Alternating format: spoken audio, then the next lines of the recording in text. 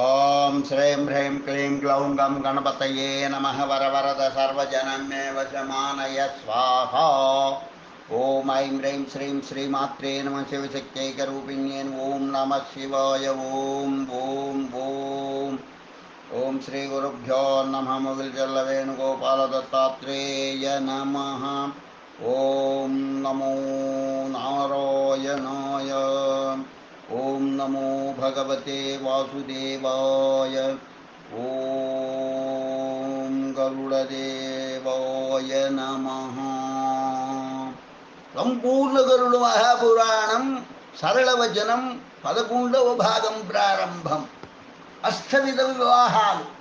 మహేశ్వరు ఉవాచ యాజ్ఞవల్కేన వై పూర్వం ధర్మః ప్రోక్తః కథం హరే తన్నే కథయ కేశిఘ్నః యథా తత్వేన మాధవ. కేసి రాక్షసులు వధించిన మాధవ, పూర్వకాలంలో యాజ్ఞవల్క మహాముని ఏ విధంగా ధర్మోపదేశం చేశాడో ఆ వైనం వివరించవలసింది అని మహేశ్వరుడు కోరగా శ్రీహరి ఈ విధంగా చెప్పసాగాడు. నీలలోహిత వినుము. ఒకానొకప్పుడు మిథిలాపురిలో మునులందరూ యాజ్ఞవల్కునికి నమస్కరించి ఇదే విషయం గురించి అడగ్గా విజేంద్రుడైన మహర్షి గావించిన ధర్మోపదేశం ఇది. కృష్ణసారమనే జాతికి చెందిన జింకలు ఎక్కడ అధికంగా సంచరిస్తూ ఉంటాయో ఆ ప్రదేశాన విస్తరించిన ధర్మం గురించి, అనగా ఈ మృగ సంచారం అధికంగా ఉండే మన భరతఖండమున విరాజిల్లిన ధర్మం వినుదరుగాక. పురాణ, న్యాయ, మీమాంస, ధర్మశాస్త్ర, అర్థశాస్త్రముల యందు చెప్పబడిన సమ్మిశ్రితమైన జ్ఞానం ఏదైతే ఉందో అదే ధర్మం యొక్క విస్తృత రూపం. దేవతలు, ఋషులు అందించిన విజ్ఞానం. వక్తారో ధర్మశాస్త్రాణం మనుర్విష్ణుర్యమోంగిరః వశిష్ఠ దక్ష సంవత్తాః శతాతప పరాశరాః ఆపస్తంభో శనసౌ వ్యాసౌ కాత్యాయన బృహస్పతి గౌతమ శంఖలిఖితౌ హారితో అత్రితృషిస్తదా ఏతే విష్ణు సమారాధ్య జాతా ధర్మోపదేశకాః. ఏ ఋషులు హరికృప చేత ధర్మశాస్త్రాలు వచించారో అందరినీ మనస్సును ధ్యానించి యాజ్ఞవల్కుడు ఇంకా ఇలా అన్నాడు. దేశకాల పాత్రత ఇవ్వదగు విచారించి యోగ్యులైన వారికే ఈ ధర్మం చెప్పాలనే లక్షణ నిర్ణయం ఉంది. యజ్ఞాలు, దానాలు మొదలు నియమానుసార పుణ్యకార్యాలు అన్నీ ధర్మం అనే మాటకు పర్యాయ పదాలై ఉన్నాయి. పైన చెప్పబడిన వారిలో వేద ధర్మం తెలిసిన వారు 4: విష్ణువు, మనువు, యముడు, అంగీరుడు. మిగిలిన వారు 3 విధాలైన ధర్మాలను ప్రవచించగలవారు. ఆధ్యాత్మ జ్ఞానం చేత వారి ధర్మ ప్రవచనం చేయుట వల్ల అది ధర్మ సమ్మతంగానే పరిగణించబడుతుంది. వివాహంతో సహా మొత్తం సంస్కారాలు 16 సంఖ్యలో ఉన్నవి, 16 సంఖ్యలో ఉన్నాయి. విద్యాధ్యయనం పూర్తి కాగానే దక్షిణ సమర్పించి గురుదేవుల సన్నిధి నుంచి బ్రహ్మచారి బయటకు, అనగా బ్రహ్మచర్యానికి వీడ్కోలిచ్చి వచ్చి సలక్షణమైన కన్యను వివాహం చేసుకొని గృహస్థాశ్రమంలో ప్రవేశించాలి. ఆ కన్య గోత్రం, ప్రవర తన గోత్ర ప్రవరులకు భిన్నమైనదై ఉండాలి. వయస్సులో ఆమె తనకంటే తక్కువ వయస్సు కలిగినదై ఉండాలి. వివాహానికి వర్ణ సంకరం పనికిరాదు. బ్రహ్మ, క్షత్రియ, వైశ్య, శూద్రవర్ణములు ఎవరి వర్ణము వారినే వారు పెండ్లాడాలి. కొందరు పండితులు అగ్రవర్ణాల వారైతే శూద్రకన్యలను వివాహమాడవచ్చునని చెబుతారు. యదుచ్ఛన్తే ద్విజాతీనాం శూద్రాదారోపసంగ్రహః న తన్మం మతం యస్మాత్ తత్రాయం జాయతే స్వయం. కానీ నేను ఈ వాదాన్ని సమర్థించను.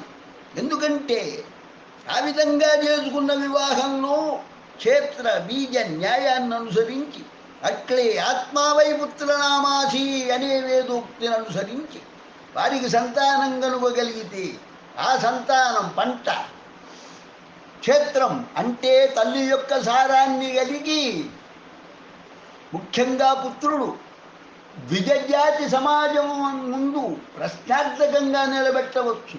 తదుపరి పరిణామంలో ద్విజజాతి యందు స్త్రీ సంతానం కనుక జరిగినట్లయితే ఆమె శూద్రపురుషుని వరించగల అవకాశం ఉంది. ఇదంతా వర్ణ సంకరానికి దారితీయవచ్చు. కనుక నాకు ఈ వాదం సమ్మతం కాదు. అలాగే ఒక ద్విజుడు తన వర్ణంలో నుండి ఒక కన్యని వివాహం చేసుకున్నాక ఇతర వర్ణాలలోని ఏ కన్యనైనా వివాహం చేసుకోవచ్చుననే వాదనను కూడా నేను అంగీకరించలేదు. సామాజిక అవసరం లేనప్పుడు వర్ణ కన్యను అనగా ఏ వర్ణం వారు ఆ వర్ణానికి చెందిన పిల్లలు పెండ్లాడడం ధర్మసమ్మతం. ఇక తాను వివాహమాడదలిచిన కన్యకు కనీసం ఒక సోదరుడైనా ఉండాలి, భ్రాతృమతి. వివాహాలలో 8 రకాలున్నాయి. అవి: 1 బ్రాహ్మము, దైవము, ఆర్షము, ప్రజాపత్యము, ఆసురము, గాంధర్వం, రాక్షసం, పైశాచికం. ఉత్తమ వంశానికి చెంది మంచి శీల స్వభావం వాళ్ళున్న కన్యను స్వయంగా కన్య తండ్రి చేత దానం చేయబడగా ద్విజుడు తాను మొదట ఆమె పాణి చేతిని పట్టుకొని భార్యగా స్వీకరించడం బ్రాహ్మ వివాహం. యజ్ఞం నిర్వహిస్తూ ఉన్న వేళ ఋత్విక్కునకు సాలంకృతమైన కన్యను ఋత్విజుని పూజించి దానం చేయడం దైవ వివాహం. కన్య విప్రవర్తనానికి చెందినదై ఉండాలి. వరుణు నుంచి శుల్కంగా ధర్మార్థమే అని చెప్పబడింది. 1 లేదా 2 జతల పశు సంపద, ఆవులు కానీ ఎద్దులు కానీ స్వీకరించాక కన్యనిచ్చి పెళ్లి చేయడం ఆర్ష వివాహం. వ్యవసాయం, పశుపోషణ ప్రధాన వృత్తులుగా ఉండే బహు ప్రాచీన కాలపు ఆచారంగా ఉన్నప్పటికీ కొన్ని ఆటవిక జాతులలో నేటికి కనిపిస్తున్నది కొన్ని ప్రాంతాలకే పరిమితం. కట్నాలు, శుల్కాల ప్రసక్తి లేకుండా వధూవరులిద్దరినీ ఒక్క చోటకు చేర్చి ఆ రోజు నుండి వారిద్దరినీ గృహస్థ జీవితం గడపడానికి అంగీకరిస్తూ పరస్పర కుటుంబాలు వేడుక చేయడం ప్రాజాపత్యం. కన్యకేగాక ఆమె తండ్రికి, కన్య సంబంధీకులకు యథాశక్తి శుల్కం చెల్లించి స్వయంగా ఉరుడే కన్యపాణిగ్రహణం చేయడం ఆసురం. కన్య, బ్రహ్మచారి ఇరువురు ఒకరినొకరు ఇష్టపడి తమకు తామే నిర్ణయం తీసుకొని జరుపుకునేది గాంధర్వ వివాహం. తాను ఇష్టపడిన కన్యను బలవంతంగా అపహరించుకొని తన గృహానికి తీసుకొని పోయి శాస్త్రోక్త వివాహ విధులు పాటిస్తూ వరుడు తన ఇండ్ల పెళ్లి చేసుకునేది రాక్షస వివాహం. నిద్రిస్తున్న లేదా కామంతో వేగిపోతున్న కన్యను దొంగతనంగా పట్టుకుపోయి తన ఇంట వివాహం చేసుకుంటే అది పైశాచికం. పై వివాహాలలో ఎక్కడా వరకట్నం ప్రసక్తి కనిపించదు. కానీ ఈ కలికాలంలో కట్నం లేకుండా వివాహాలు కాకపోవడం, ధనమే ప్రధానమై వివాహానంతరం కూడా వధువును పీడించడం, మరో కొత్త పేరు తగిలించి జరిపే వివాహాలు నవవిధాలు అని ఏ ఆధునిక మగంలో నిర్వచించి గ్రంథాలకు ఎక్కించవలసిన అవసరం కనిపిస్తున్నది నేడు. ప్రక్షిప్త విషయమే అగుగాక మున్ముందు ఇంతకంటే ఘోరమైన రకం వివాహాలు ఉంటాయేమో. వ్యాఖ్యాత పైన చెప్పబడిన క్రమంలో తొలి 4 రకాల వివాహాలు బ్రాహ్మణ వర్ణం వారికి ఆమోదయోగ్యం. తదుపరి 2 విధాలు ఆసురం, గాంధర్వం క్షత్రియోచితంగానూ అంగీకారయోగ్యం. చివరి 2 దుష్టములైనప్పటికీ అచ్చడత్తడ జాతి, వర్ణ, దేశ విచక్షణ లేకనే జరుగుతూ ఉండడం వల్ల అవి పేరుకు మాత్రమే పేర్కొనడం జరిగింది. వివాహాలు అలనాటి భావాలు. మహర్షులు ఆనాటి కాలానికి తగినట్లుగా దర్శించి ఆచరణయోగ్యమని భావించి ఏర్పరిచిన కట్టడులలో కొన్ని నేటికి నిలిచి పాటింపబడుతున్నాయి. కొన్ని మాత్రం అతిక్రమించబడి లేదా విపరీత విరుద్ధార్థాలు తీయబడి నానాభ్రష్టత్వాన్ని పొంది ఎవరికి దోచిన రీతిలో వారిచే ఆచరింపబడుతూ ఉన్నాయి. ఈ పురాణంలో చెప్పబడినవి, ఇక్కడ ఈ అధ్యాయంలో పొందుపరచబడినవి కొన్ని ఈ కాలానికి విడ్డూరంగా కనిపించవచ్చు. కానీ అలనాటి భావజాలం ఇలా ఉండేదని చెప్పడానికి ఇది ఆవశ్యకం. వ్యాఖ్యాత పరాశర గృహ్య సూత్రాల ప్రకారం కలియుగంలో జనులు అనుసరించాల్సిన ధర్మసూత్రాల క్రోడీకరణ పరాశర మహర్షికే చేయబడినది. సవర్ణ వివాహాలలో ఏ వర్ణపు వధువులు ఏ వర్ణపు వరుడే చేపట్టే రీతిలో మొదట కన్య వరుని పాణిగ్రహణం, కొన్ని ప్రాంతాల్లో మొదట వధువే పెద్దల సమక్షంలో వరుని యొక్క చేతిని గ్రహించడం, తదుపరి పరస్పర పాణిగ్రహణం చెప్పబడిన వృత తిరేత ద్వాపర యుగాల్లో ఎక్కడా ఎన్నడూ బ్రాహ్మణ కన్య క్షత్రియ వైశ్య శూద్రవర్ణాల వారి చేతిని గ్రహించడం జరగలేదు. అలా జరగదరాదనే కట్టడి ఉంది. అట్లే క్షత్రియ కన్య బ్రాహ్మణ వరుని చేతిని గ్రహించడం, క్షత్రియ వరుడు వైశ్యకన్య చేతిని గ్రహించడం, వైశ్యకన్యను శూద్రవరుడు గ్రహించడం కొన్ని ప్రత్యేక సందర్భాలలోనే జరిగింది. కలియుగం ప్రవేశించాక నానావర్ణములు కలగలిసిపోవడం చూస్తున్నదే. వ్యాఖ్యాత: కన్యాదానం చేసే అధికారం కన్య యొక్క తండ్రికే ప్రధానంగా ఉంటుంది. అనివార్య కారణాలు ఏవైనా ఉంటే తాత కానీ సోదరుడు కానీ సకుల్యులు గత 8వ తరం నుంచి గణనీయ బంధువులు కానీ అంతిమంగా తల్లి కానీ కన్యాదానానికి అర్హత గలవారే అవుతారు. తండ్రి లేకున్నా ఉన్నప్పటికీ రోగాదీతరేతర కారణాల వల్ల కన్యాదానార్హుడు కాకున్నా పైన చెప్పబడిన క్రమంలో ఎవరుంటే వారు కన్యాదానం చేయవచ్చు. ఇక చివరగా కన్యాదాతలు ఎవరూ లేని అరుదైన సందర్భాలలో అనాథ అయినతో తనను తాను యోగ్యుడైన వరుని ఎంచుకొని తాను అతడికి దానంగా సమర్పించుకోవచ్చు. కన్యాదానం అనేది ఒక్క వ్యక్తికి సత్పాత్రునికి మాత్రమే జరగాలి. అనగా వరుని గుణశీలాలు విద్యార్హతలు బాగా తెలిసి వంశగౌరవం సంపత్ సజ్జన సంగత్యాలు విచారించి హరిదానంగా ఇవ్వాల్సి ఉంది. అట్లే కన్య వరుని పరమయ్యాక ఇతరులెవరైనా దౌర్జన్యపూరిత చర్యలకు అపహరణకు పాల్పడే ఆ స్త్రీని మరొకరికి ఇవ్వడం జరిగితే ఆ పాపి దండనార్హుడు. పత్నిలే దోషం లేకుండా ఆమెను పరిత్యజిస్తే పతికి దండన విధించవచ్చు. అదేవిధంగా దుష్టురాలైన పాతకిని భర్త వదిలిపెట్టినా నిర్దోషియే. ఉత్తరాదిన ఉన్న ఆచారం ప్రకారం ఒక కన్యను ఒక వరునికి ఇవ్వడానికి వాగ్దానం జరిగాక దురదృష్టవశాన ఆ వ్యక్తి మరణిస్తే కన్యను వితంతువుగా పరిగణించరాదు. ఆ కన్య పుత్ర సంతానాన్ని అపేక్షిస్తే అందుకుగాను అపుత్రీం గురువనుజ్ఞాతో దేవర పుత్రకామ్యయ సపిండో వా సగోత్రో వా కృతాభ్యక్తో రుతావ్యాత్ ఆగర్భ సంభవం గచ్చేత్ పతితస్త్వన్యథా భవేత్ అనేన విధినా జాతః క్షేత్రపశ్చ భవేత్ సుతః. ఆ విధివంచిత కన్యను సంతానహీనత్వం అనే దౌర్భాగ్యానికి బలి చేయకుండా వరుని యొక్క సపిండ సగోత్రీకులలో ఆమెకు జోడు అనదగిన వారెవరైనా ఉంటే పెద్దల ఆజ్ఞ ప్రకారము ఆమెకు పుత్రప్రాప్తి కలిగించవచ్చు. ఇది దేవరన్యాయం. ఇలా ఆమెకు కలిగిన పుత్రుడు ఆ వరుని క్షేత్రజ్ఞ పుత్రునిగానే పరిగణించబడతాడు. వివాహిత అయిన స్త్రీ ఏ కారణంగా వ్యభిచరించినా ఆమెను బయటకు త్రోసివేయక అలంకారాదులు తొలగించి ప్రాణరక్షణకు అవసరమైన తిండి మాత్రమే పెడుతూ విలాసాలకు దూరం జరిగి చెయ్యకూడా ఇయ్యక కటిక నేలనే నిద్రించేలా మెల్లగానే ఉంచాలి. పూర్వజన్మ కర్మల వల్ల వచ్చే ఈ వైరుధ్యానికి ఈ మనస్సంచార ధోరణి కారణం. దీర్ఘరోగిణి మద్యపానాసక్తగా అకారణ జనద్వేషిణి వంధ్య గొడ్రాలు అర్ధనాశిని నిష్ఠుర భాషిని అప్రియవాదిని అయితే అట్టి స్త్రీ పరిత్యజించబడవచ్చు.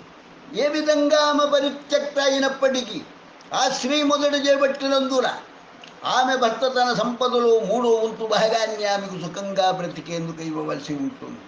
ఈ అంశం తరువాత దాదాపు 18 శ్లోకాల్లో పతివ్రత స్త్రీ ధర్మాలు ఉపదేశింపబడిన నవీన కాలపు స్త్రీ ఉద్యోగ నిర్వహణకై సమాజం మధ్యకు వచ్చేసిన కారణంగా అవి శుష్కనీతులే అవుతాయి. గడప దాటని ఆనాటి స్త్రీకి వర్తించే నీతి నేటి కాలపు స్త్రీకి చెప్పబోనడం హాస్యాస్పదమే.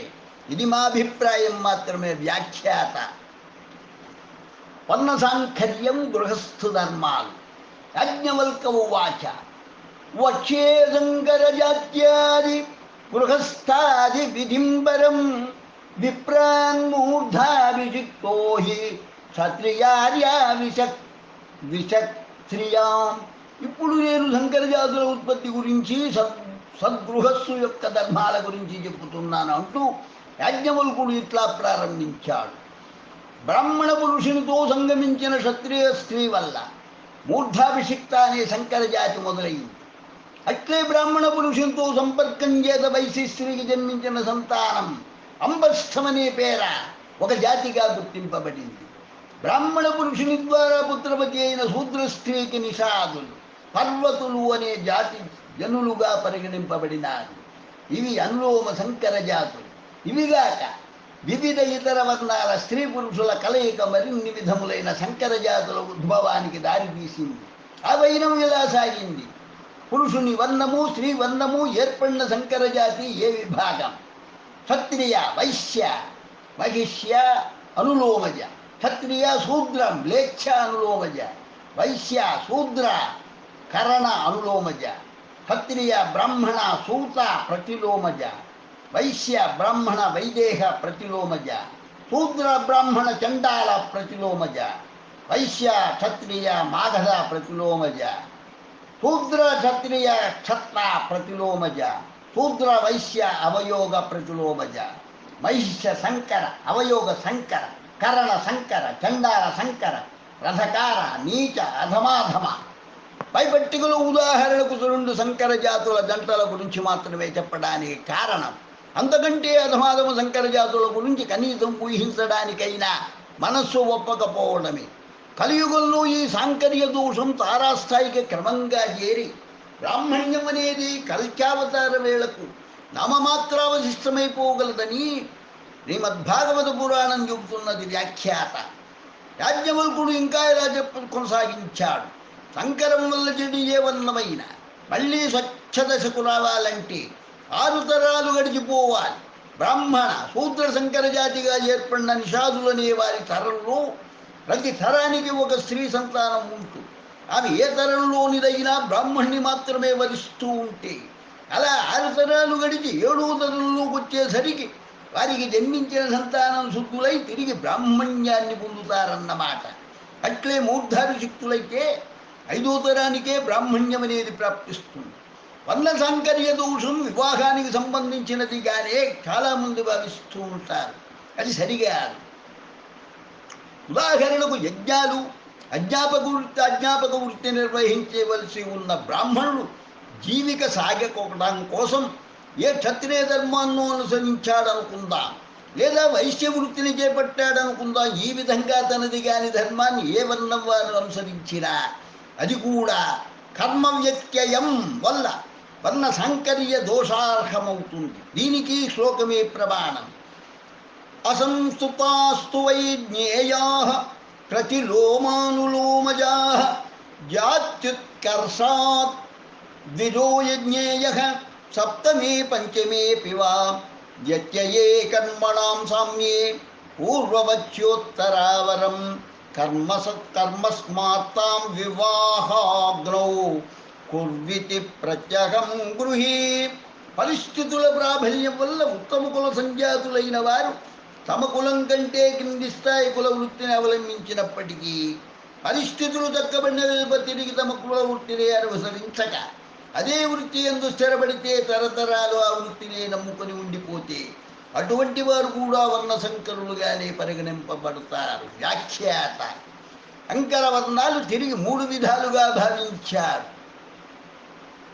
అవి సాధారణ శంకరం, సంకీర్ణ శంకరం, వర్ణ సంకీర్ణ శంకరం. సాధారణ శంకరం గురించి ప్రారంభంలోనే చెప్పబడింది. మూర్ధాభిషిక్తులు మొదలు అవయోగ జాతి వరకు సాధారణ శంకరం. శంకర జాతికి తిరిగి అటువంటి మరో శంకర జాతితో బాంధవ్యం ఏర్పడితే అది సంకీర్ణ శంకరం. ఇటువంటి సంకీర్ణ శంకరాల రెండింటి మధ్య సంబంధం సంభవిస్తే అది వర్ణ సంకీర్ణ శంకరం అనబడుతుంది. ఇటువంటి వారు అధర ప్రతిలోమదులనే విభాగంలోకి వస్తారు. ఇంకా లోతైన సాంకర్యం సంభవించినప్పుడు ఉత్తర ప్రతిలోమదులు అని చెప్పవలసి వస్తుంది. ఈ సాంకర్య ప్రసంగాన్ని ఇక్కడితో ముగించి గృహస్థు ధర్మాల్ని పరిశీలిద్దాం. గృహస్థుడు ప్రతిరోజు స్మార్తకర్మలు, స్మృతులలో చెప్పబడిన విధులు, వైశ్వ దేవాది అగ్ని కార్యాలు నిర్వర్తించాలి. ఔతకర్మానుష్ఠానానికి అగ్నిహోత్రం వైతానాగ్నితో సుసంపన్నం చేయాలి. అనాదికాల తదుపరి ద్విజుడు ఈ అనుష్ఠానాలు నిర్వర్తిస్తూనే అంధ్యోపాసన విధి కూడా నిర్వర్తించాలి. అష్టాధ్యయనంతో పాటు ఆయురారోగ్య ఐశ్వర్యాలకై ఈశ్వరోపాసన చేయాలి. స్వధ, హోమ, స్వాధ్యాయ, అతిథి సత్కారాలు చేయాలి. భక్తి ప్రపత్తులు కలిగి భోజనం పట్ల ఆప్యాయతతో కూడిన మర్యాదలు కలిగి నమస్కరించి భోజనం చేయాలి. భోజనానికి ముందు వెనుక పూసన పట్టాలి. అతిథి అభ్యాగతులను ఆదరించాలి. పాఠశాలిని అతిథి అని, వేదశాస్త్ర విధుడిని శ్రోత్రియుడని అంటారు. గృహస్థు అతిథులను ఊరి పొలిమేర వరకు సాగనంపాలి. ప్రధానం క్షత్రియం కర్మ ప్రజానాం పరిపాలనం కుశీద కృషి వాణిజ్యం పశుపాల్యం విషస్మృతం శూద్రస్య ద్విజ శుశ్రూష ద్విజో యజ్ఞాన్ సహాసయేత్. అహింసా సత్యమస్థేయం శౌచమింద్రియ సంయమః దమం క్షమార్జవం దానం సర్వేషాం ధర్మసాధనం ఆచరే సదృశీం వృత్తమా జిహ్వామశతాం శఠాం తథా. బ్రాహ్మణునికి యజ్ఞాలు చేయించడం, అధ్యాసపనం, దానం గ్రహించడం అనేవి అదనంగా చేయవలసిన ధర్మకార్యాలు. క్షత్రియునికి ప్రజాపరిపాలనమే పరమధర్మం. వైశ్య జాతి వారికి అప్పులు ఇవ్వడం, వ్యవసాయం, వాణిజ్యం, పశుపోషణ ఆశరణీయమైనది. శూద్రవర్ణం వారిపై 3 వర్ణాల వారికి సహాయపడాలి. ద్విజుడు ప్రతి ఏటా సోమయాగం, పశుయాగం, ఆగ్రాయణేష్టి కొత్త ధాన్యం గింజలు గృహాలకు చేరే కాలం మార్గశీర్షానికి ఆగ్రాయణమనే పేరు కూడా ఉంది. ప్రయత్నపూర్వకంగానూ శ్రద్ధగానూ నిర్వర్తించాలి. ప్రతి ఏటా చేయలేని పరిస్థితుల్లో 2 ఏళ్లకోసారైనా అదే కాలంలో వైశ్వానరేష్ఠిని చేయాలి. ఆధ్యాత్మికంగా జీవిస్తూ మోక్షప్రాప్తిని అపేక్షించే ద్విజుడికి ఒక ప్రత్యేక జీవన విధానం ఏర్పరచబడింది. స్వాధ్యాయ బ్రాహ్మణుడు దీనికి విరుద్ధంగా ప్రవర్తించరాదు, అర్థ సంపాదన చేయరాదు. అనర్థాలకు మూలం గనుక మోక్షగాములు మోహంలో పడితే అనర్థం గనుక అర్థం, ధనం అసలు ఈ ప్రత్యేక విధానానికే విరోధి. నృత్య గీతాదుల వల్ల కానీ, వ్రతాలు పూజలు చేయించి కానీ ప్రతిఫలం ఆశించరాదు. శూద్రుని చేత యజ్ఞం చేయించి ధనాన్ని గ్రహించే విప్రునికి చండాల జన్మం ప్రాప్తిస్తుంది. ఈ శరీరాన్ని మోక్షప్రాప్తి అనే ధర్మ సాధనకే ఉపయోగించదలుచుకున్న విప్రుడు ధనాన్నే కాదు, ధాన్యాన్ని దాచరాదు. 2 లేదా 3 దినములకు సరిపడే భత్యాన్ని మించి ఉంచుకోరాదు. అన్నిటికంటే శిలోంచ వృత్తి శ్రేష్టం. వరి పొలంలో ధాన్యం కోతలైపోయాక పోస్తూ ఉన్నప్పుడు కంకు నుండి రాలిపడిన ధాన్యాన్ని ఏరుకొని భయంగా దాన్ని బియ్యంగా మార్చుకొని వండుకొని భుజించడాన్ని శిలోంచ వృత్తి అంటారు. లేదా రహదారిలో ధాన్యం రవాణా జరుగుతుండగా కంకుల నుండి రాలిపడిన ధాన్యమైనా సరే అటువంటి ఉత్తమ ద్విజుని ఏ భూకామందో గుర్తించి రాజైనా సరే యజ్ఞాలు చేయించే అలవాటుగా ఉన్న ధార్మిక యజమాని వంటి వారైనా కానీ ఆ ద్విజుని పోషణ భారాన్ని తమకు తామై స్వీకరించినప్పుడు మోక్షగామిగా జీవిక నిలుపుకోవడం కోసం అంగీకరించవచ్చు ఆ విప్రుడు. అద్విప్రులు, గురువులు, విద్వాంసులు సామాజికంగా తమ ఉన్నతిని నిలుపుకోవడానికి కొన్ని సదాచార నియమాలు పాటించాలి. దేవతామూర్తుల, ఋత్విక్కుల, ఆచార్యుల, స్నాతకుల, వేదవేత్తల, ప్రభువుల పరస్త్రీల నీడలనైనా దాటుకుంటూ ముందుకు పోరాదు. అది కానీ పక్కకు జరిగి కానీ వెళ్ళాలి. ప్రభువులను, సర్పాలను అవమానించరాదు. అట్లే తనను తాను తక్కువ చేసుకుని ఆత్మగౌరవం కోల్పోరాదు. విసర్జకాలము ఇతరులు కాళ్ళు గడిగిన నీళ్లను తొక్కుకుంటూ పోసాగరాదు. ఋతులు స్మృతులలో చెప్పబడిన సదాచారాలను సంపూర్ణంగా పాటించాలి. ఇతరులు రహస్యంతో చెప్పబడిన దానిని 10 మందికి చాటడం అనేది మహాపాపం. పుత్రుని, శిష్యుని సందర్భాన్ని బట్టి దండించదగదు. ఇతరులను నిందించుట, హింసించుట, బాధించుట తగదు. గృహస్థుడైన తదుపరి ఏ ద్విజుడు ధనవంతులతో కానీ, అతిథులతో కానీ, తల్లిదండ్రులతో కానీ వాదనకు ఏ విషయంలోనూ దిగరాదు. దీనికి ఈ శ్లోకమే ప్రమాణం. ఆచరే సర్వధా ధర్మో తద్విరుద్ధం తు నాచరేత్ మాతాపిత్రతిథీత్యుచ్చైర్వివాదం నాచరేత్ గృహీ. నది, సెలయేరు, పుష్కరిణి, చెరువులలో స్నానం చేయాలి. బావి వద్ద స్నానం అధమం. జల వనరులేవీ లేని చోట దేహశుద్ధి నిమిత్తం ఆచరణ ఆలోచించదగినది. ఇతరులకు లేదా గురువు ఊరి వారికి చెందిన చెరువుల్లో స్నానం చేయాల్సి వస్తే స్థానిక పెద్దల అనుమతి తీసుకోవడం మర్యాద. చెరువు దొరికింది కదా అని నేరుగా జలకాలాడడానికి సిద్ధమైపోరాదు. ఇతరులకు చెందిన శయ్యలపై పరుండుట, విశ్రమించుట తగని పని. ఆపదలో ఉండగా కడుబారా భుజించి త్రేంచడం నీచుల లక్షణమని ఎరిగి జీవిక నిలుపుకోవడం కోసం మాత్రమే తినడం సజ్జనుల లక్షణం. మృతికర్తలు స్పష్టంగా చెప్పారు. ద్విజుడు ఎవరెవరి గృహాలలో భోజనాన్ని గ్రహించవచ్చుననేది. బంధితునిగా కొంతకాలం కైల్లో ఉన్నవాడు దొంగ, మేదరి, కంసారి, కుమ్మరి, కమ్మరి, వడ్డీపారి, వడ్డీ వ్యాపారి, వేశ్య, వైద్యుడు, నటుడు, నృత్యగీత వాద్యకారుడు, న్యాయస్థానంలో నేరం రుజువైన వాడు, సామూహిక దీక్షలు ఇచ్చేవాడు, రోగి, కోపం గలవాడు, దంభం గలవాడు, స్త్రీ అదుపాజ్ఞలలో వర్తించేవాడు, నపుంసకుడు, గ్రామదేవతలకు శాంతులు పూజలు చేయించేవాడు, నిర్దయుడైన ప్రభువు, మద్య విక్రేత, మందిమాగత వృత్తిలో ఉండేవాడు, వీరి ఇంట సద్విప్రుడనేవాడు ఎన్నడూ భోజనం అపేక్షించరాదు. పాచిపోయినవి, నిల్వ ఉంచినవి, చల్లి రంగుమారినవి, కుక్క ముట్టినవి, పాపిచే చూడబడినవి, రజస్వల దృష్టి పడినవి, ఇతరులకై సిద్ధం చేయబడి వారు గ్రహించినప్పుడు వృథాకారాధనే భావనతో పెట్టబడేవి. పర్యాయాన్న మిగిలిపోయిన వాటిని ఏదోలాభి అయిపోవాలని పెట్టబడేవి. సంఘష్ట ఎన్నటికీ భుజించరాదు. రుద్రాన్నమును త్యజించే ఆహార పదార్థాల క్రమపట్టికలోంచి తీసివేయడం ఏ కాలంలో జరిగిందో తెలియదు కానీ ప్రాచీన పురాణాల్లో ఉన్నట్లుగా వినికిడి వ్యాఖ్యాత. అప్పములు, పాయసం, పిండి వంటలు, అరిసెలు, పంచపక్ష పరమాన్నాలని వాడుక. దేవతలకు కానీ అతిథులకు కానీ పెట్టాకనే తినాలి. హితకరమైనవైనా మితంగా తింటూ భగవద్భక్తిని కలిగి ఉంటూ ప్రతి కర్మను భగవద్వర్పితం అంటూ జీవించేవారు ఆయురారోగ్యాలతో వర్ధిల్లగలరు. శుభం భూయాత్. లోకా సమస్తా సుఖినో భవంతు. లోకా సమస్తా సుఖినో భవంతు. లోకా సమస్తా సుఖినో భవంతు. ఓం శాంతి శాంతి శాంతి. స్వస్తి. సంపూర్ణ గరుడు మహాపురాణం సరళవచనం 11వ భాగం సంపూర్ణమైనది. స్వస్తి.